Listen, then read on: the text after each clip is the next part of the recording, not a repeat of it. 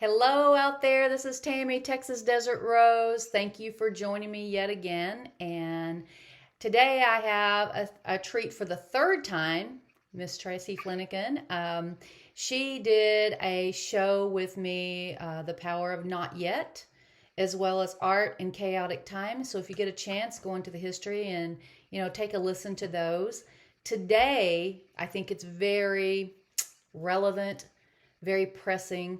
We're going to be discussing burnout in the college community, college population, counselors, staff in general.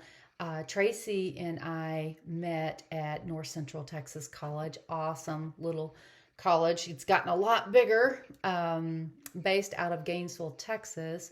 We've got branches in, here we go, Corinth, Flower There's Mound, the pop quiz. Bowie, huh?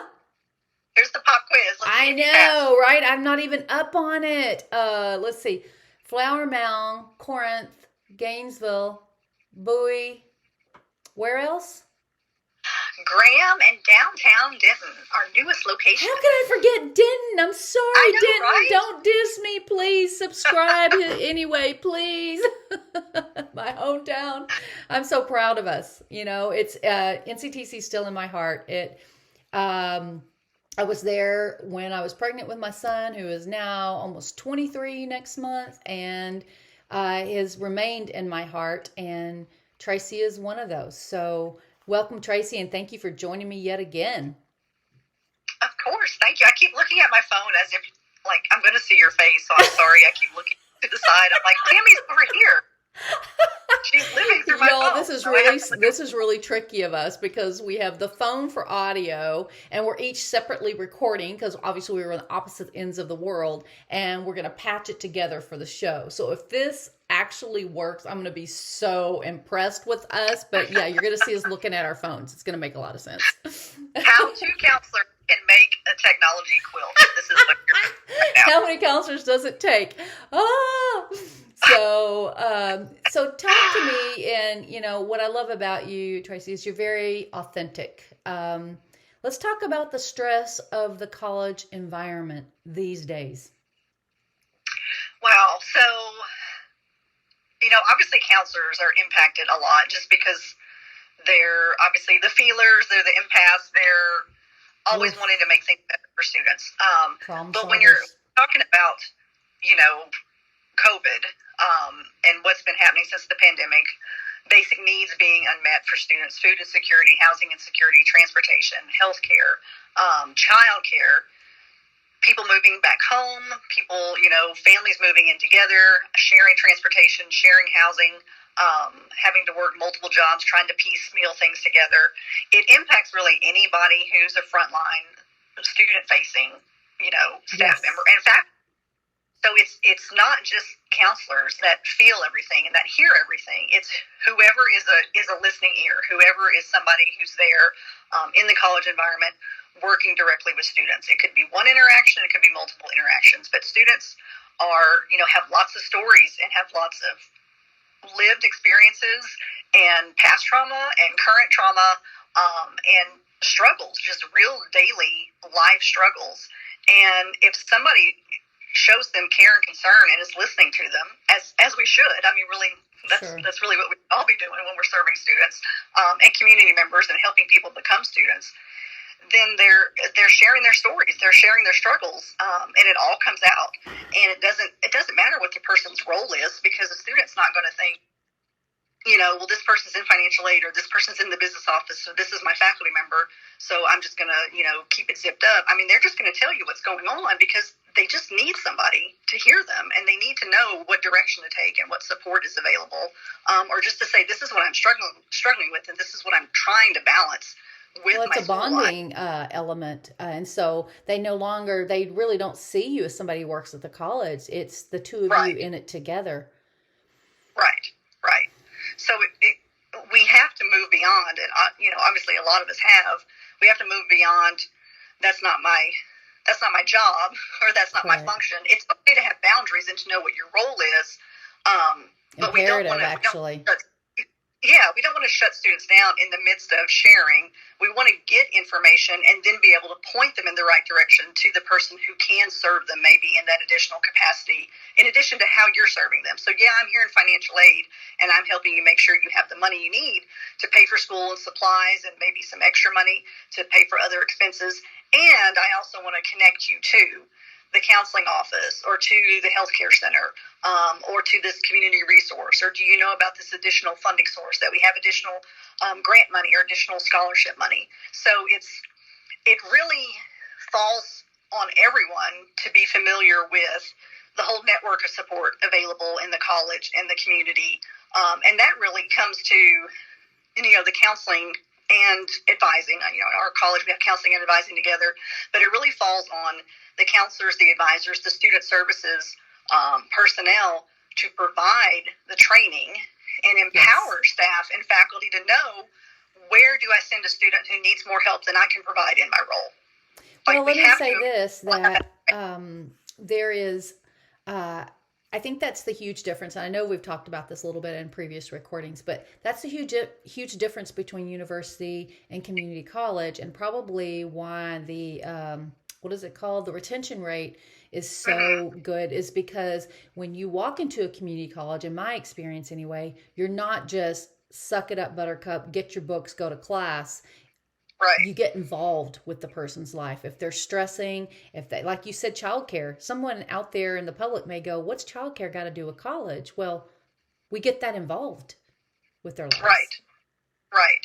And it is a very different population from the community college to the university. Yes. We have a very diverse population demographically, especially with age range. We don't have typically, just students coming straight out of high school. We do obviously have a large proportion, that are graduating from high school, but we have some who have never graduated high school or who are getting their GED or left high school and never finished because they had to take care of their family or they had to get a job. And life happened. So we have a diverse, age group that we're serving.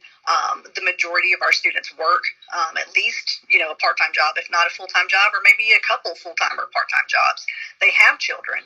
So they are managing a lot. So to be able to come to the community college takes a lot of work, takes a lot of balance. And that's why resources and support and being able to get directed and get connected are essential. It's essential for survival and for success in the community college, and the university as well. The university, does have a different population. You have a lot of students who may live on campus, Sure. and so you already have that support built in because they're a captive audience. So maybe, they're not having, I hate to say they're not balancing, because they're still students and they're still having to balance, work Yes. and life and school. But there's not as many, I think, extraneous factors maybe that could interfere with somebody's ability to be successful or to continue their education at the community college level. And I so will say maybe that whenever I worked at Gainesville, that the population, a lot of the students there, one, the average age was higher, but two, they had already worked a full day before they even got to their 8 o'clock class because of getting kids off to school, making sure breakfast was done, all of that stuff. I mean, they were raring to go by the time it was 8 a.m. And at the university level, 8 a.m. was unthinkable. I'm not getting to class that early. Right. And of course, there's university students who struggle with those basic needs. Like if they weren't in college, they may not be getting meals. They may not have housing. Yes. And luckily they live on campus, so they're not having maybe to deal with some of the transportation issues. So universities there's still, a whole set of struggles they're dealing with there. We know that firsthand. Right. And I think there's more, clear delineation at the university level in terms of there's a counseling center, there's healthcare, there's, clinics student available. So there's more, kind of separation of those roles, and it's more clear cut. Whereas at the community college, we have a lot of people who it's kind of a Venn diagram where you have one staff person who overlaps into several different areas. Serve multiple roles. So it makes me think of Mayberry. Just change the hat. Right. Let me go to this meeting and work on this grant, and then I'm just going to flip around in my chair, and then I'll be at the next meeting. Yes. and I'll just, maybe I'll change my earrings so you'll think I'm somebody different. But it's there's a lot more burnout, I think, that can happen at the community college level for that very reason. I agree. And even with, our enrollment concerns, because obviously it's not just NCTC, it's not just Texas, it's nationwide. Enrollment is down at colleges and universities, especially community colleges. Community colleges have been hit harder than the universities with enrollment declines. You're talking anywhere from 15 to 25% decrease in enrollment. And so the assumption can be, well, counselors and advisors or student services, you shouldn't be as burned out because your enrollment's down because you're not serving as many people. But what a lot of people don't realize is we've had furloughs. We've had people that left their positions that we didn't get to refill because we didn't have the funding. We had positions that people got that, no longer have their jobs. So we have a reduction in workforce. So it's not like each advisor or counselor has less of a caseload. They're still serving the same amount of students, if not more, because people have left and we haven't been able to replace those individuals. And then the need level of the students that we're serving now is exponentially higher because students are struggling so much more. So the workload has not decreased. In fact, it's increased. And the same thing for faculty, too. Faculty have had to move content to a hybrid or online model. Even though we have face-to-face classes again, still students are, in larger numbers are still preferring to do online and hybrid classes because their lives are still in flux. They're still struggling. The combination of in and out of class? Right. So a hybrid class, maybe you would go in person once a week or once every 2 weeks, but then the majority of the content is online.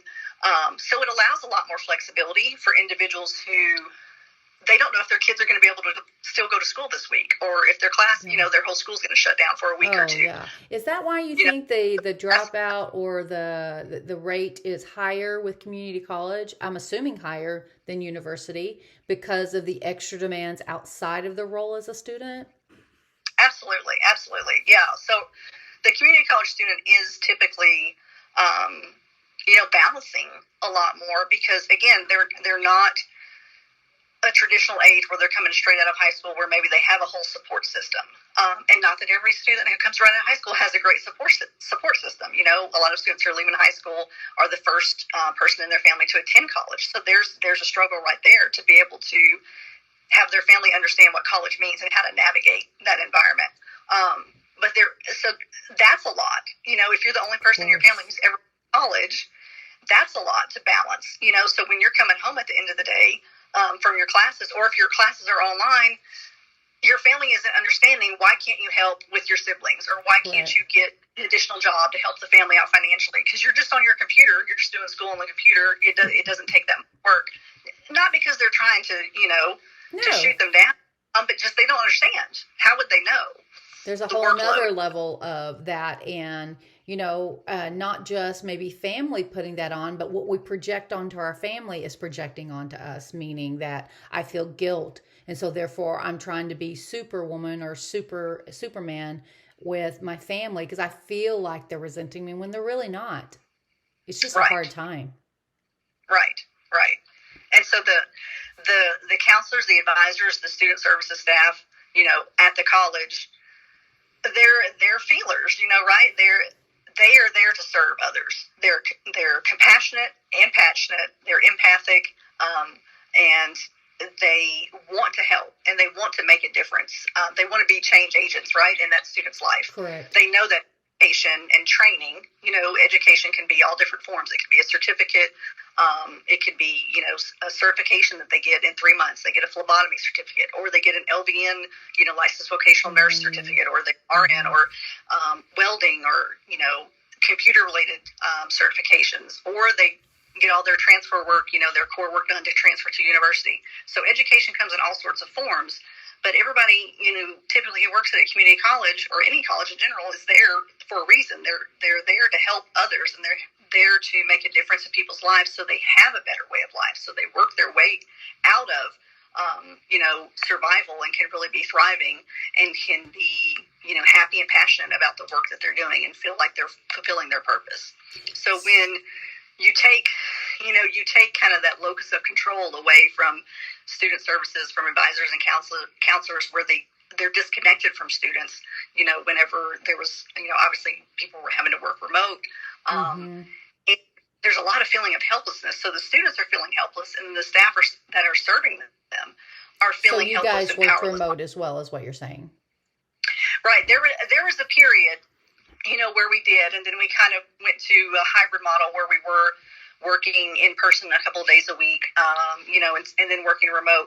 But our students were, in terms of the classes, they were online for a long period of time. So even though staff were back on campus, in whatever way, shape, or form, how many days a week, the students were still not there. So it really took a good, year and a half.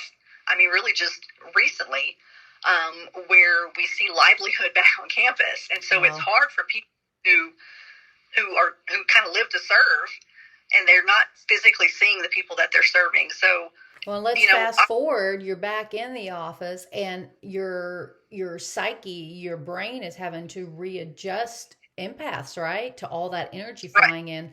Let's talk a little bit about that and what we may not call it burnout, but the stress level is now that you're adapting back to in person. Right. Fortunately, with our model, with our advising model, our counseling model, we were doing a lot of remote, serving students remotely in a lot of ways, with having 6 campuses. So we have, 15 advisors and 2 counselors for 6 campuses. So we were already serving students remotely in a lot of ways. So really the burnout and the fatigue comes from the struggles that students still continue to have, where again, the advisors and counselors feel like, I don't have enough resources. I don't have enough, to be able to make everything better for the student.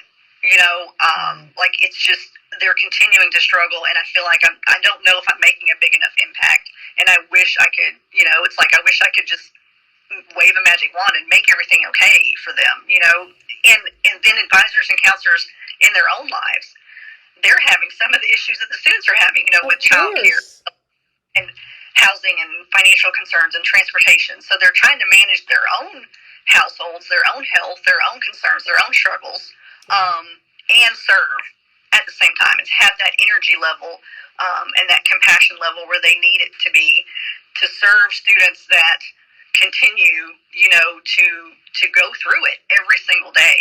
And it's kind of like just that wearing down, where we have to recognize when staff need a break, and how we have to be there for each other, and how we have to remember, we always say students are students, they're humans first before they can be a student. We have to remember that our staff are humans first too. And so, when I say take care, make sure you're taking care of each other and take care of people, because you're people too. We have to remember that you have basic needs too. So we have an employee assistance program. We have to make sure that we're utilizing the resources we have as staff and faculty to take care of ourselves, because you can't be there for everyone and be all things to all people on any day of the week, but you certainly can't be there for everyone if you're not there for yourself first. So I would imagine by, and here I am trying to, get you to do like one of these recordings on your Friday night, my Saturday morning or whatever, and it's literally the end of your week. And I know for me, by Thursday, I am completely worn out. I can't imagine what that is for you by that point, because you've been pulled in so many different directions. I'm totally projecting this out there. I guess I'm asking. Well, no, you know how many times I've had to say, hey, I need to reschedule, just because it's been a week. Much. It's so much. And it's beautiful. We love our jobs, but the loving the job makes it tougher. Right. And that disconnection, so that period where we were working remote, and where even when we were back on campus, but students weren't back on campus, it's hard because you want to have that physical connection. You just want to be able to see a student sometime, to know they're okay. And even if you do a WebEx call, or a virtual meeting or a phone call, there's something different, right, about having that in-person interaction. And so for staff, it became vital for us to make sure that we were being connected and we were communicating, as often as possible. We started weekly, we used to do like once a month staff meetings. Well, we started doing once a week staff meetings. Nice. March 2020, I call it the spring break, the never-ending spring break, right? Because we went on spring break, and we didn't come back to campus for a while. Someone prayed hard for that. But it was like the worst spring break ever. It wasn't like the party time. Too much of anything ain't good, right? Right. So we started weekly staff meetings, virtual staff meetings, and we've continued it. So, we're 2 years later, we still do weekly staff meetings. That is beautiful for the connection, for knowing you're not alone. Right. So we have to make sure we're using the resources that we have available to support staff, to support faculty, and remembering that we forget things too, right? Students forget what resources are available. So we have to remind Absolutely. them, that it's okay to ask for help, and we have to remind our staff and faculty it's okay to ask for help and to know how to navigate, the resources that we have. So if we're not, I mentioned that earlier, if we're not empowering staff with information to know, who are the people in your neighborhood, right? Who are the people that provide what services on your campus, what services in your community, yes. And how do you get connected with those? Who are your go-to people? Who are your champions, right? Who are your champions that you can go to say, I have a question, I don't know if you're the right person to ask, but I know I can ask you and you're going to help me. Yes. So we have to make sure that staff, faculty, administrators know the network of support, and that we're constantly reinforcing that with students, because we can't expect, we're doing orientation or we do a first year experience course or transfer orientation, and we tell you, we just vomit all these resources all over you, and you're supposed to remember at the height of stress, who you're supposed to talk to or what resources are available. So we have to keep reinforcing that with the whole, college community, and making sure whenever we have new resources that become available, that we're promoting that we're educating our whole community about. We have this new grant, we have this new scholarship, we have, we have telehealth. That's a new service that we started providing for our students at NCTC, which has been a game changer for us to be able to have 24/7 free telehealth services, physical health care, mental health care, wellness coaching, connection to community resources, basic needs assessment.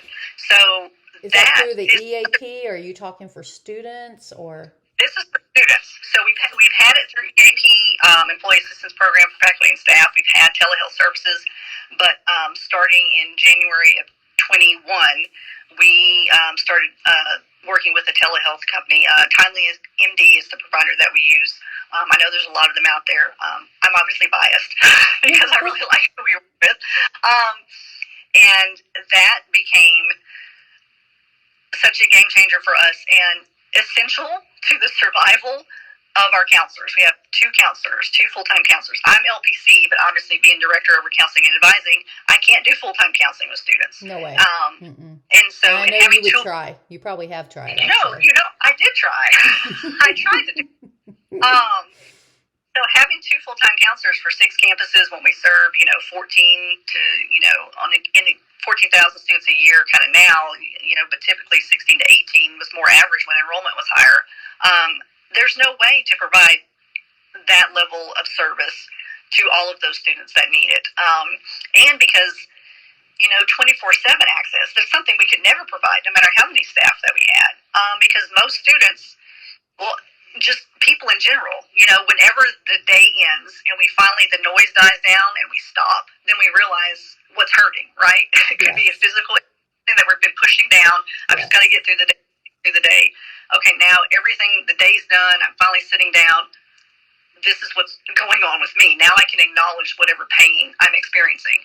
So and that's where I want to take it a little bit, because the focus is always on making sure the students' needs are met. And I get that. I love that. That's why it is an incredible institution.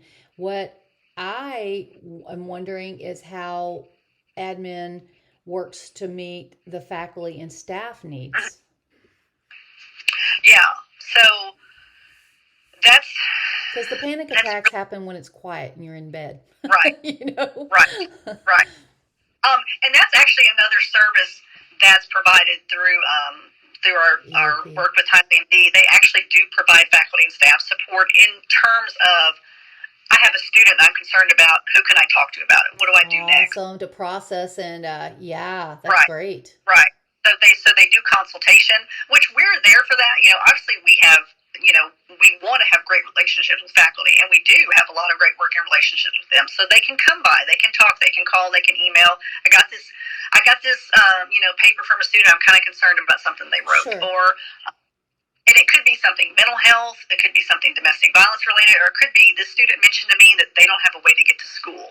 What transportation resources are available? So, and we have a referral system for faculty to submit students that they're concerned about. We have an early alert system. We have a CARES referral network. What about staff? What about counselors? Because it's still a focus on everybody else. Right. Their needs are met, and that's important. But what about staff? Yeah, counselors. Counselors have to remember they need counseling too. Amen. So we do, we do have the employee assistance program. We do have, counseling as one of our benefits, employee benefits. But really, I think it's each supervisor needs to recognize, what staff need and when staff need to take time to themselves. So one thing that we've been doing in our department, whenever the college is closed, we do a help desk. So we do help desk like on the Fridays that were closed during the summer, during winter break, we've been doing a virtual help desk. And then especially, when COVID hit, it's like, oh my gosh, again, we're compassionate, we serve, and we're like, we can't take a break. So even when the college is closed, we're going to do virtual help desk even more than we did before days off. And so, for me, Not it was for important. Computer problems. Help desk. Right, exactly. It was like advising, it was counseling, it was you're the person working this virtual help desk, and I'm just going to tell you every problem I have, even if you can't fix it, but I know you're going to help me navigate. So it was somebody to talk to, through text message, calling, email. So this spring break, I was like, this is, what, we need to have a real spring break. We're not doing virtual help desk. You. We're going to do help this yourself. This is y'all's help desk, is being able to not be there. Yes. So, and guess what? Nobody argued with me. They were like, oh, no. Really? Please, they respect you that much? Nobody argued with me. So, we have to recognize when our staff, especially advisors, counselors, success coaches, because they do serve, that's what they do all day long is help students in any capacity that they can. Yes. We do have to recognize when they need a break. So we've been doing more, in addition to our staff meetings, we've been doing like more staff development, professional development, where we've done some trainings, and we just had speakers that came in, speakers that are counselors and like life coaches and people. It wasn't necessarily training that related so much to the black and white aspects of their job, the technical, policy procedure aspects. It was about like self-care and wellness. So that's something we've been doing more of. Human connection. I like it. Right.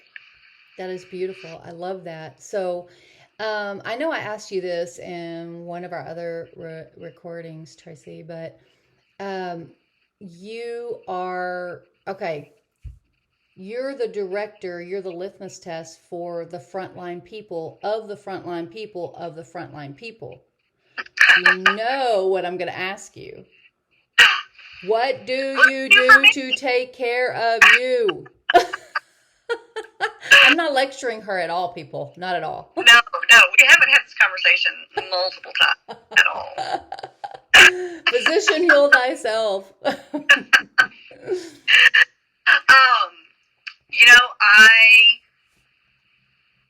I've done a lot of listening to staff. Like, I really I do a lot of one-on-ones, where I meet with staff individually to just talk about, what are you working on? What can I help you with? What are some things that you would like to work on? How can I support you? And every time I have one of those meetings, like, I learn something new. So I learn something about a staff member, but then I also learn something about myself, because Excellent. I have to remember that, kind of like with your own children, yes, your actions are louder than words. So if I'm driving and I'm pushing and I'm not taking breaks and I'm not taking care of myself, I have 15 to 20 other people who see it. And so True. If I'm not putting a value on my own self-care and balancing, life and work, there's, for some, they can feel like that's the expectation, that it's not okay to breaks. It's not okay to say, it's the end of the day. I need to leave. I need to leave work at work. So Well, I you have set to the tone in a good and a bad way. You're setting the right, tone, and right, they don't even realize it, but they're going to aspire to that, which is not a bad thing for everybody else but the person. right, right. So I have to recognize that, my actions speak louder with words, not only with staff, but with my own family. So Sure. I have to listen, and I have to hear the feedback I'm getting from my family too, to say, leave work at work. You have to take a break. You have to take some time off. Don't sit on the couch and use your laptop. So that's been a big thing for me, to not have my laptop, on my lap at home. Shut down technology in some Yeah, ways. evenings and weekends. Yeah. Yeah. So that's been a big change for me over the Congrats past on couple, that. especially when we were working remote. Yes, that's the hardest thing. It seems like it would be a dream to work from home. It is not, in my experience. No, because the battle lines are not drawn. No. No, Folders there's are no all meshed physical together. boundaries. Yes. Yeah, Yes. yeah, and I saw staff doing the same thing. Because I can see when you send an email, I can see when you send a text message. I'm I know watching that you. Yes, I know what time of day it was when you sent that. So, I have to pay attention to those things, and I have to remember that I am a model of behavior for my own family and for the family I have at work. And so I need to exemplify the healthy behavior that I want to have in both environments, work at home.